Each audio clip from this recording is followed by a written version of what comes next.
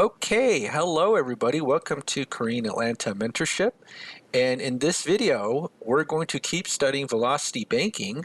It's December 26, 2023. So for those of you who want to keep studying velocity banking after Christmas in 2023, this video is for you. Now, we're going to review a scenario, what I call the California College Grad Special. So if you just graduated college, maybe this video might be useful for you, especially if you're in California. You may have to make some sacrifices because you probably won't be able to buy a home. Maybe you have to live with mom and dad, so we'll just take that into account. But let's assume that we got a salary of $56,000 per year, right? That would be pretty sweet because when I graduated college in California, I couldn't find a job. Now, our estimated semi-monthly take-home pay is about $1,700 a month. Multiply that by 2, it's almost about $3,500. Yeah, $3,500, my entire month's take-home pay. And then what we're going to do is just going to feed some numbers in a spreadsheet and figure out how we can easily pay off debts, right? So there's really two steps to velocity banking, which I talk about over and over again, right? So what's step one? Step one is the budget. Okay, so we need a budget, and if we don't have it, we're going to create it. And so I've kind of semi-created the budget for you. So we have the paycheck, expenses, checking, and savings, whatever's left over. And we're going to assume that we found a pretty sweet job. Now, I don't know what the salary expectations of college grads are these days, right? Maybe they want $100,000, or they all expect $100,000 after graduating college, which would be pretty sweet, right? Or maybe they just want a job and willing to work minimum wage. I don't know. But let's just assume that we have a $56,000 job, about $56,000 job a year, and after taxes is $3,500 a month.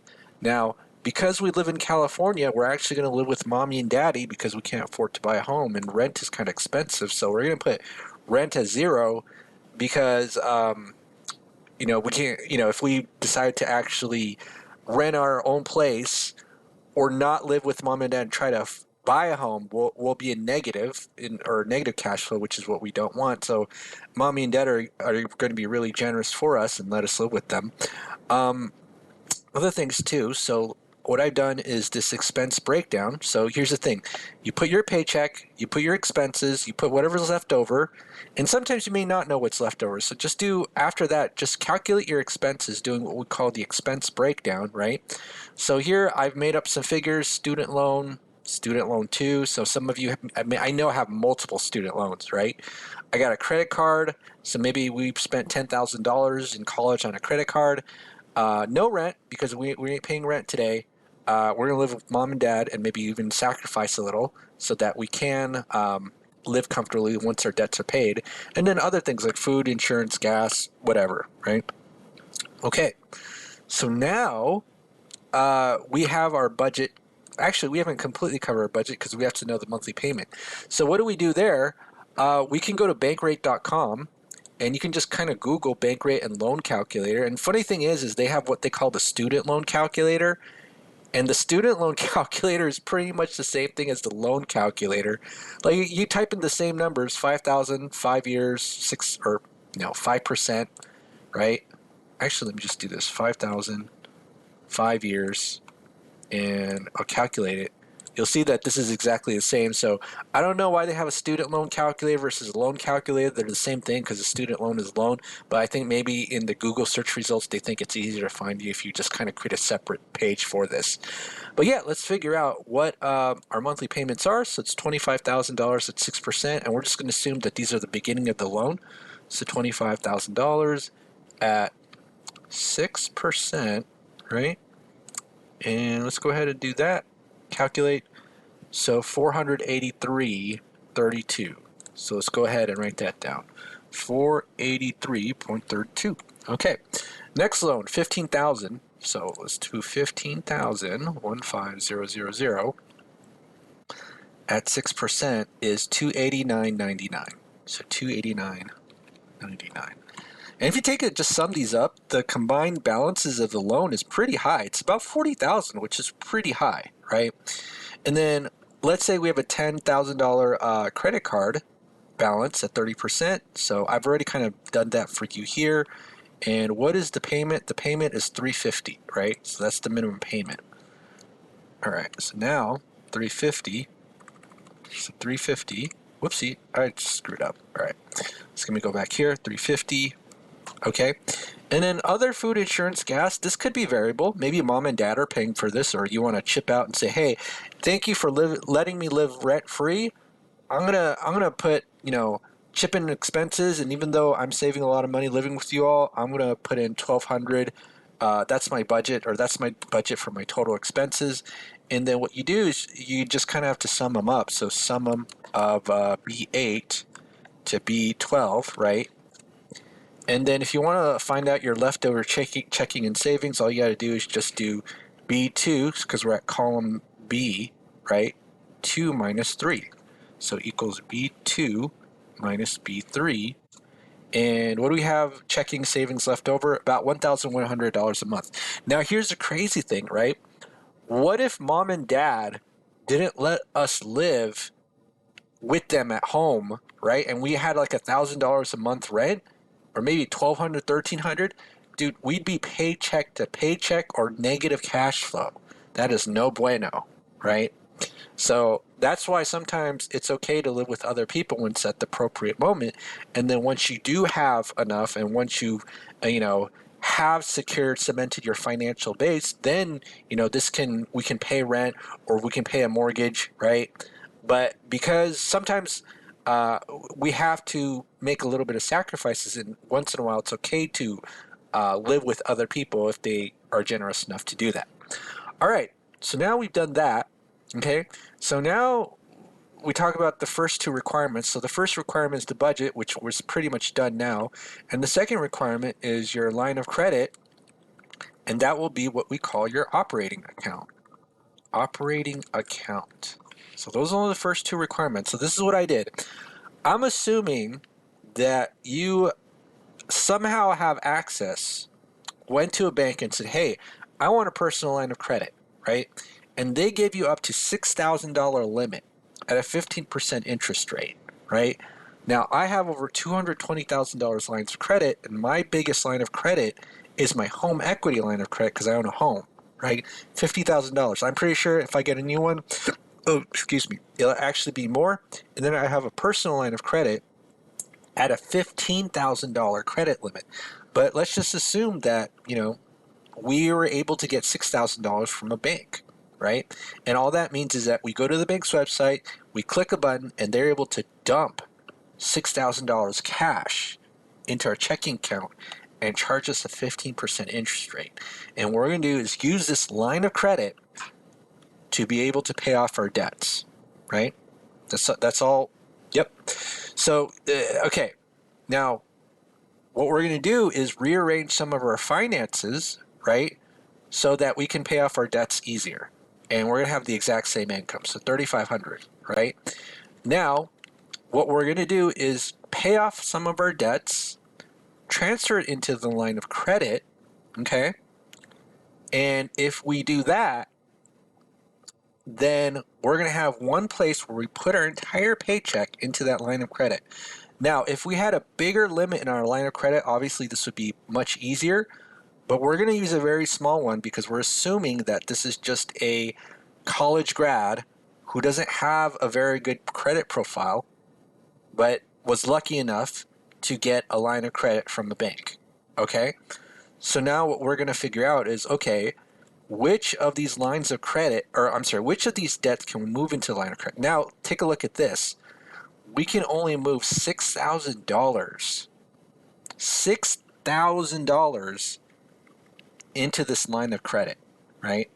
So we don't have that much room, and that's kind of the tricky thing, right? So it depends. Everything depends where you're at in life. So I know most people don't have access to $220,000 of lines of credit like I do, right? But let's just assume that this person has access to the six and use the best of it. Let's just use the best of it, okay? Another thing that we can do, here's another thing that we can do, is that we can actually just use our credit card as our main line of credit instead of like the personal line with the $6,000 personal line. It's going to be a little bit different. I might do this in another video, but if we do that, then this $350 drain in our cash flow essentially comes to zero if we use it as our main operating account. But let's just do this, okay? So here's the thing. Unfortunately, because we're not able to move the entire balance of this credit card, right, into here, because we're not able to move this entire balance of the credit card into here, when we usually transfer the debt, this would go to zero. But because we can't do that, maybe we just transfer the entire $6,000 balance. Oh, also, actually, before I even get to transferring the credit card balance, let's just review the debt payoff criteria. So how do I know which debts I'm going to focus on paying off first? And there's two sets of criteria, right? So I'll call this the debt payoff criteria. So the debts that you want to pay off first are going to have three characteristics: lowest balance, highest payment, and highest interest rate. So if you can find a debt that fits these three criteria as much as possible, I would recommend paying that off. Now, another thing that you can use is called the cash flow index. So cash flow index, and then I'm going to do this. And all that is a formula. So it's a formula where it's the statement balance over the minimum monthly payment, right? And then when you have the statement balance divided by the minimum monthly payment, you get this arbitrary number. And what you're going to do is you're going to try to pay off the one that's the lowest number, right? That's another way that you can figure out which one to pay off. And I actually like using the cash flow index when I'm dealing with a person who's paycheck to paycheck but six figures, because in that case, that person has like 10 to 15 loans that they're trying to pay off. And so it's a much easier measure to figure out which ones to pay off. But let's calculate the cash flow index out of all of these three debts, okay? So now let's go ahead and do that. So that'll be 25,000 divided by 483.32. This one is 15,000 divided by 289.99. And then this one is 10,000 divided by 350. Okay, so obviously this is the lowest number, and if you ever look that up look up about the cash flow index on Google, it'll tell you that the lowest number, again, this is just an arbitrary number, but the lowest number is the one you want to pay off first, because what it means is that if you pay this off, you get more cash flow compared to the amount of loan that you paid off, right? So, all right, so now this makes sense, and I think this one fits both criteria, because this is the lowest balance, highest payment, and well, not technically the highest payment out of all of them, but it has the highest interest rate, the lowest balance, and highest payment relative to the loan. Okay, so what I'm going to do here is I'm going to do this. So this is going to be $6,000 balance, and I'm going to put the whole thing there. And now what's going to happen? Well, this is now going to be 4K. Okay, 4K at 30%. And now we have to kind of refactor this, because it's not going to be a 350 payment anymore after we do the first transfer, right? So now what's the next? So let's just do this, $4,000, and now our minimum payment is 140. Okay, so now our minimum payment is 140, and then what we do is just copy that formula. Now here's the cool thing about Velocity Banking: your checking and savings is always zero. Or most of the time. Some people recommend you have something in reserve. I really don't care, because I could just take out money from my line of credit if I need reserves. And what you do is you dump your entire paycheck into the line of credit, take out your expenses, right? Take out your expenses, and then use your cash flow. So let's just put cash flow right here. Whoopsie, cash flow. And to figure out your cash flow, it's C2 minus C3 to pay this down, right? So let's just go ahead and do that. And what we're going to do is we'll call this month 0, right? And first month the balance is going to be H2 minus our cash flow, 1386.69. Okay? Oh, I didn't put an equal sign. So let's go ahead and put an equal sign right there. And then now we have to calculate the interest, because the interest, the way that we calculate it is by getting the average daily balance. Again, there's a kind of semi-hacky way of doing this where we just do average of these two, right? Now here's the thing. It's going to be a number between these two, but doesn't necessarily going to mean it's going to be the actual mean of these numbers, meaning you add them up, divide by 2, because your daily balance is determined by your spend, and you're not going to exactly, your average daily balance is not going to be in the exact middle of the two balances, but we're just going to assume that is. And then what you do is you multiply it by the interest rate by 0.15, that's 15%, and then divide by 12. Okay, 66.33. Now the next month is pretty much the same thing, right? So it's H3 plus the interest, so I3, and then you just subtract your cash flow, which is 1386.69. And then we just copy and paste the formulas. All right, let's do that. And so now, how long did it take for us to pay this off? About 5 months, because you can see here at this month, it's at a negative, right? So now this is essentially gone to 0, okay? So credit card 1 is now 0. Now here's the cool thing. Now we've kind of, we're going to kind of overestimate a few things, right? Because our expenses this number, this payment is actually variable based on the amount that we put into it, that we pay off. So it's probably we're probably overestimating how long it's going to take to pay this off. Now with the loans, because the payment is always fixed over time, this number is actually real. But the credit card payment is going to vary over time, and it's a little bit hard to calculate accurately what it's going to be. So we're just going to assume that it's going to be the same throughout the entirety of the period.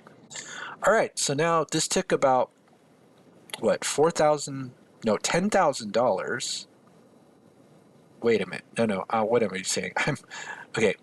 So this is what we have to do. I'm going crazy. Okay, so we paid off $6,000. Now we have to transfer the rest of the $4,000 into here, and it's actually not going to be $4,000 because after 4 months, right? After 4 months, some of that $4,000 is going to be chipped away, right? But I'm, just to make it easy on myself, I'm just going to assume it stays the same as 4,000. So let's go ahead and do that and add the 4,000 here. Again, some inaccuracies. And then now what's our cash flow? It's 1526.69. Okay. So now what we do is for the next month is minus 1526.69. And then we just kind of rinse and repeat the formula. So 5, 6, 7, right? So it's going to take us about 8 months.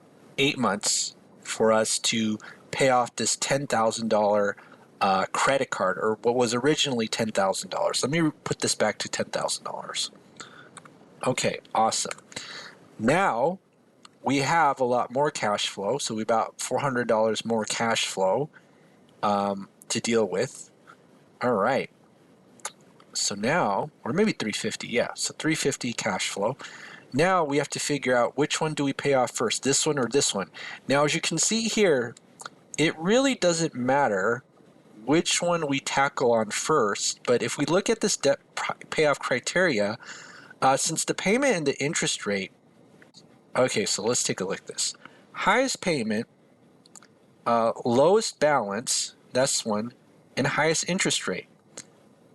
It's just a matter which one you prefer to pay off. I think I'll prefer to pay this one off first because it's the smallest balance, and it'll be easier for me to recover that $289 of cash flow and pay this off as soon as possible, right?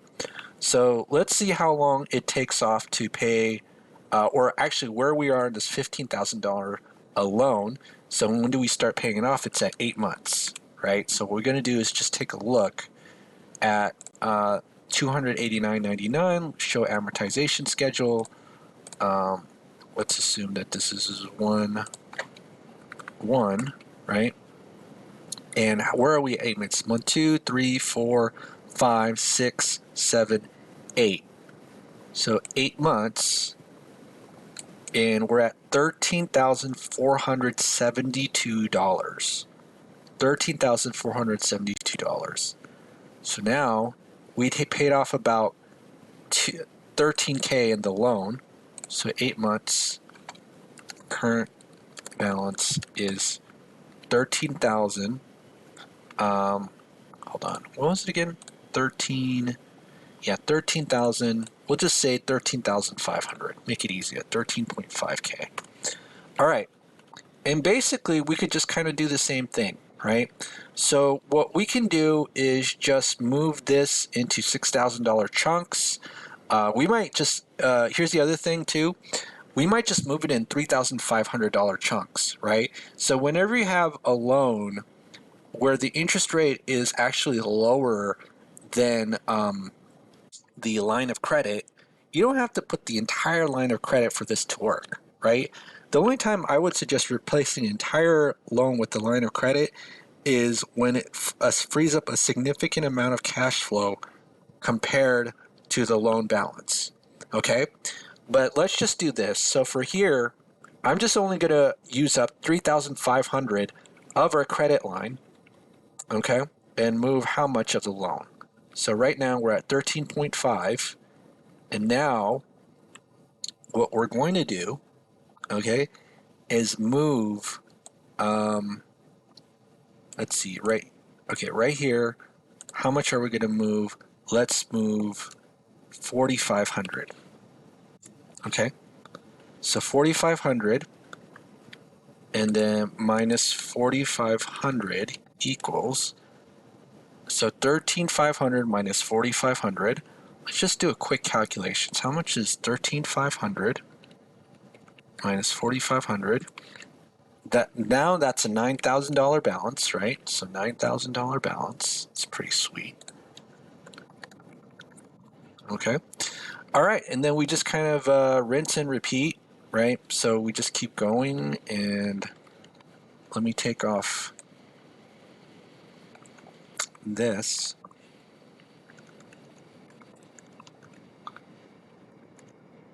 Okay.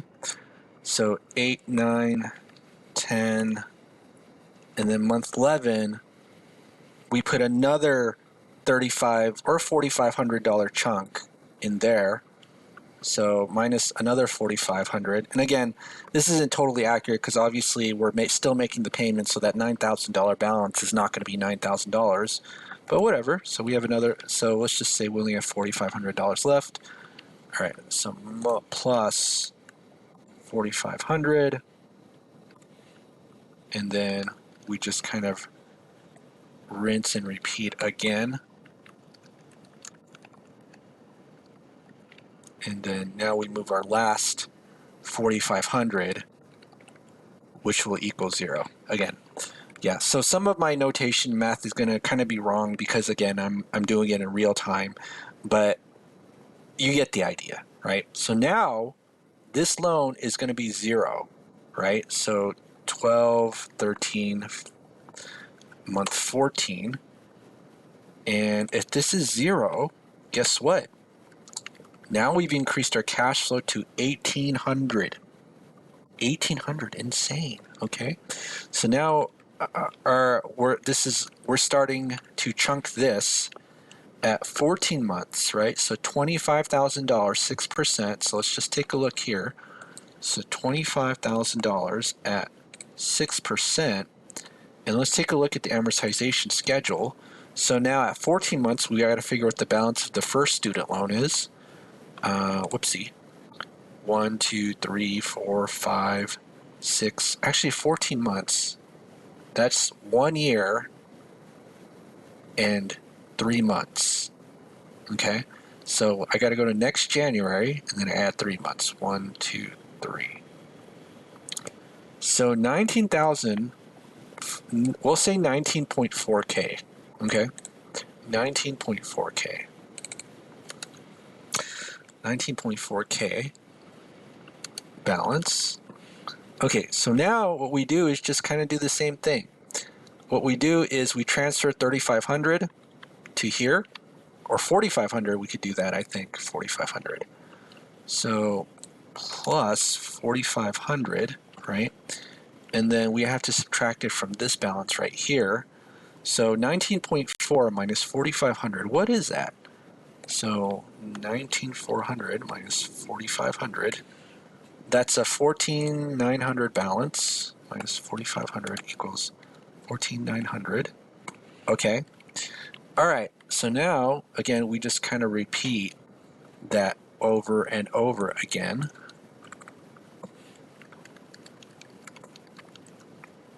All right. And then we subtract another 4,500. 4,500, which means that now it's going to be 10,400 minus 4,500 equals 10,400. Okay. And then plus 4,500.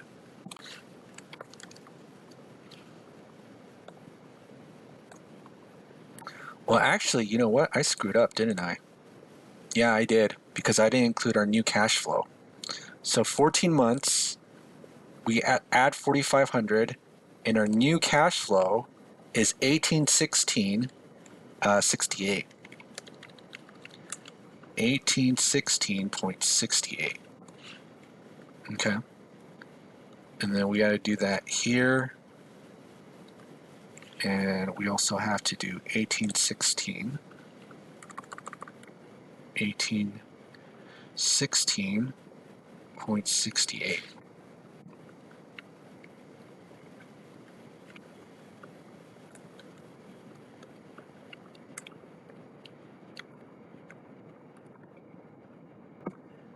Okay. All right, so now 1816.68. All right. So actually, I screwed up. So the 4,500 here.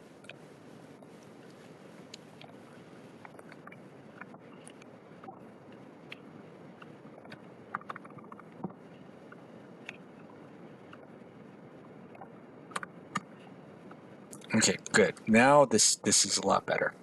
All right, so now this is the point that we do it one more time. Or actually, we're going to do two more times. So we're going to subtract 4,500 here. So it's another 4,500. And then this is going to be 5,900. So it'll be 4,500, right? And then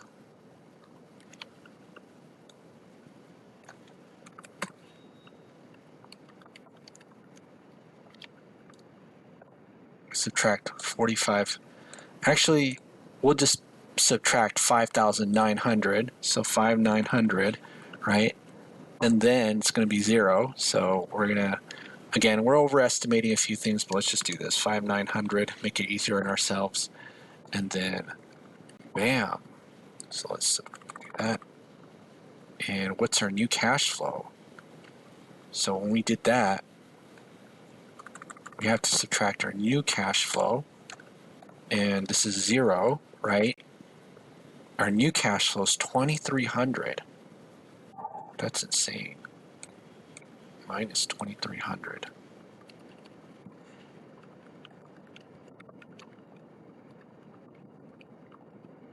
Okay, so I'm going to put this to 0 because this is going to be at a 0 balance now. And then 15, 16, 17, 18, 19, 20, 21, 22, 23, 24. So this is going to take us about 2 years to go through, right? So how much loans or how much debt do we have here?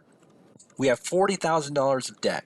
Okay, so what's our payoff or what's our result? So 40K of debt paid off, exclamation, exclamation, exclamation, in 2 years. Woot! Okay, now let's sum up the interest that we're paying off with our line of credit, or the amount of interest, only $688 to use this line of credit so that we can pay off our debt easier, right? $688. Oh my goodness. Of interest. Mind blown, right? Whew. So, yep, so that's how we do it. Again, some of this is estimated. I may have overcalculated, undercalculated things by a few months, but as you can see, this is the process. It's relatively easy to pay off debt if you're using Velocity Banking, using your lines of credit as your main tool. And that's pretty much it. Okay, have a great day, everybody. Have a happy post-Christmas, December 26th, and keep studying Velocity Banking. And also, if you're interested in joining our group, go ahead and click the Google Form link below. And not only will we study Velocity Banking, but we'll study other things like real estate investing and other topics in financial literacy as well. All right, have a great day, everybody.